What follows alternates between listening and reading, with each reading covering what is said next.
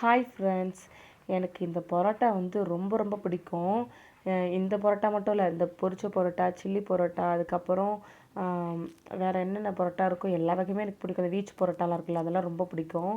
ரொம்ப நாளாக கிரேவிங் வேறு சாப்பிட்ணும். எனக்கு வந்து இந்த ஹோட்டலெல்லாம் விற்கும் இல்லையா, நைட் ஆனால் ஹோட்டலில் அப்படி தட்டி தட்டி கொடுப்பாங்களா, அந்த மாதிரி பரோட்டா தான் பிடிக்குமா. சரி ஓகேன்னு சொல்லிட்டு என்கிட்ட இவங்க வெளியே போயிருந்தாங்க. கேட்டாங்க, உனக்கு என்ன வேணும் அப்படின்னு சொல்லிட்டு. எதனா ரைஸ் எதனா வாங்கிட்டு வரட்டுமா அப்படின்னாங்க. நான் இல்லை, எனக்கு பரோட்டா வாங்கிட்டு வரீங்களா அப்படின்னு சொன்னேன். சால்னாவோட வாங்கிட்டு வாங்க. அவங்க வேறு எதாவது கிரேவி மாதிரி வாங்கிட்டு இருந்தாங்க. அதெல்லாம் வேண்டாம், சால்னா மட்டும் போதும் அப்படின்னு. அப்புறம் வரும்போது சுக்காவும் சேர்த்து வாங்கிட்டு வந்திருந்தாங்களா. சரி ஓகே, அது ஒரு ஓரமாக இருக்கட்டும் அப்படின்னு சொல்லி ஃபஸ்ட்டு ஸ்பெஷல் சால்னா, நார்மல் சால்னா கொடுத்துருந்தாங்க. நமக்கு தேவை ஸ்பெஷல் சால்னா தான். அதை ஊற்றி பரோட்டாவை நல்லா ஃபஸ்ட்டு பிச்சு போட்டுக்கிட்டேன். அதுக்கப்புறம் அதையும் ஊற்றி ஃபஸ்ட்டு சாப்பிட்டு பார்த்தேன், செம்ம டேஸ்ட்டாக இருந்துச்சு. அதுக்கப்புறம் சரி சுக்கா நமக்காக வெயிட் பண்ணுதேன்னு சொல்லிவிட்டு அதுக்கப்புறம் அதுவுமே கொஞ்சம் பார்த்தா நல்லா தான் இருந்துச்சு. ஏன்னா காரம் கொஞ்சம் கம்மியாக இருந்தது. அதை ஃபஸ்ட்டு சும்மா சாப்பிட்டுட்டு அதுக்கப்புறம் அதையும் பரோட்டா கூட ஊற்றி சாப்பிட்டேன். சூப்பராக இருந்துச்சு.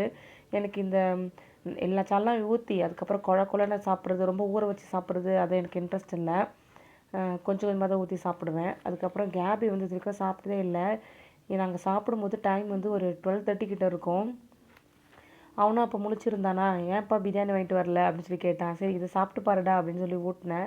அவனுக்கு ரொம்ப பிடிச்சிருந்துன்னு சொல்லிட்டு அவன் மட்டும் நூடுல்ஸ் மாதிரி எடுத்து தொட்டு தொட்டு சாப்பிட்டுட்டு இருந்தான் அந்த சால்னால. சரி அதிகமாக கொடுக்கக்கூடாது, டைம் வேறு ஆயிடுச்சுன்னு சொல்லிட்டு ஒரு 4 வாய் சாப்பிட்டா அதோட போதும் கேபி, இன்னொரு நாள் வாங்கி தரோம் அப்படின்னு சொல்லிட்டு அவனை படுக்க வச்சாச்சு. அவ்வளோதான்.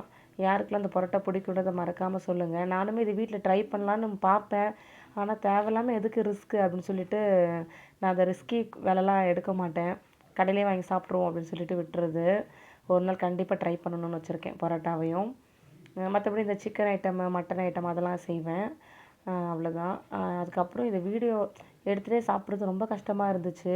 இந்த ஃபுட் வ்ளாகர்ஸ்லாம் இருக்காங்களே, அவங்களாம் எப்படி தான் இந்த வீடியோ எடுத்துக்கிட்டே சாப்பிட்றாங்கன்னு தெரியல. ஏன்னா சூடும் ஆறிடுது. நம்மளால் வந்து சாப்பிட்றதுல ஃபோக்கஸ் பண்ணவே முடியல. எப்போவுமே சரி, சாப்பிடும்போது நமக்கு எதுவுமே வந்து மைண்டில் டிஸ்டர்ப் பண்ணவே கூடாது. அப்படி பண்ணிச்சுன்னு வச்சுக்கோங்களேன், சாப்பிடவே முடியாது. சரி அதுக்கப்புறம் சரி கொஞ்சம் வீடியோ எடுத்துட்டோமா போதும் அப்படின்னு சொல்லிட்டு ஃபோனை கீழே வச்சுட்டு நான் பாட்டுக்கு சாப்பிட ஆரம்பிச்சிட்டேன். அவ்வளோதான். அப்புறம் இந்த சுக்காவையுமே சாப்பிட்டுட்டு முடிஞ்ச அளவுக்கு சாப்பிட்டேன். என்னால் ஃபுல்லாக சாப்பிட முடியாது. அதுக்கப்புறம் மீதியை வந்து அவங்கக்கிட்ட தள்ளியாச்சு. இன்னமும் சேனலில் நிறைய பேர் வந்து சப்ஸ்கிரைப் பண்ணாமல் பார்த்துட்ருக்கீங்க ஃப்ரெண்ட்ஸ். அதனால் மறக்காமல் சப்ஸ்கிரைபும் பண்ணிவிடுங்க. அப்படி லைக்கும் பண்ணிவிடுங்க. என்னோடய சேனலுக்கு உங்களோட ஆதரவை கொடுங்க ஃப்ரெண்ட்ஸ். அவ்வளோதான். ஓகே, வீடியோ பிடிச்சா லைக் பண்ணிவிட்டு சேனலை மறக்காமல் சப்ஸ்கிரைப் பண்ணிவிடுங்க. தேங்க்ஸ் ஃபார் வாட்சிங். Bye friends.